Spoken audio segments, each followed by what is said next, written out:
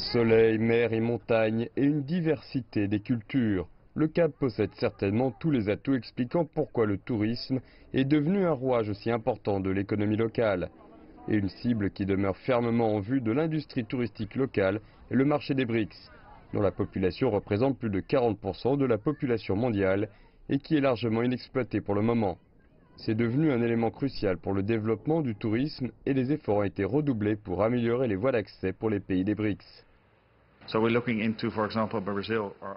Nous regardons par exemple du côté du Brésil ou de l'Argentine, car São Paulo et Buenos Aires sont de très bons marchés. Nous nous intéressons à eux et du côté de la Chine, cette année, nous avons augmenté nos capacités avec Singapore Airlines jusqu'à Singapour. Et à partir de novembre, nous aurons des vols directs avec Cathay Pacific de Hong Kong au Cap. Nous espérons pouvoir obtenir des parts du marché chinois. Selon le Conseil commercial des BRICS, il existe un besoin urgent de promouvoir la facilitation de l'octroi de visas de travail pour les entrepreneurs, ce qui pourrait permettre de stimuler le commerce et les investissements. Des efforts concertés en vue d'accroître le trafic aérien se sont avérés relativement fructueux, en particulier en Chine, où Cathay Pacific lancera un vol direct entre Hong Kong et le Cap en novembre. D'autres marchés en sont cependant encore à la phase initiale.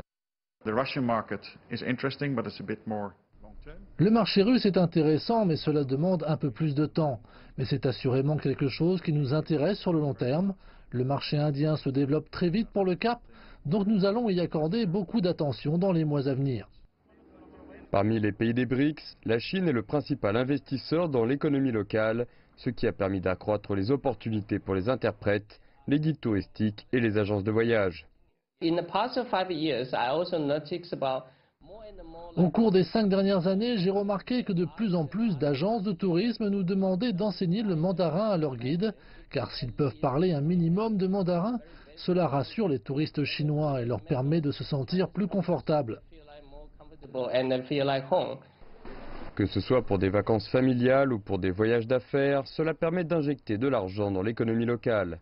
Le Cap est une ville où se rencontrent travail et plaisir et où les visiteurs provenant des pays des BRICS forment un élément clé de la stratégie de croissance.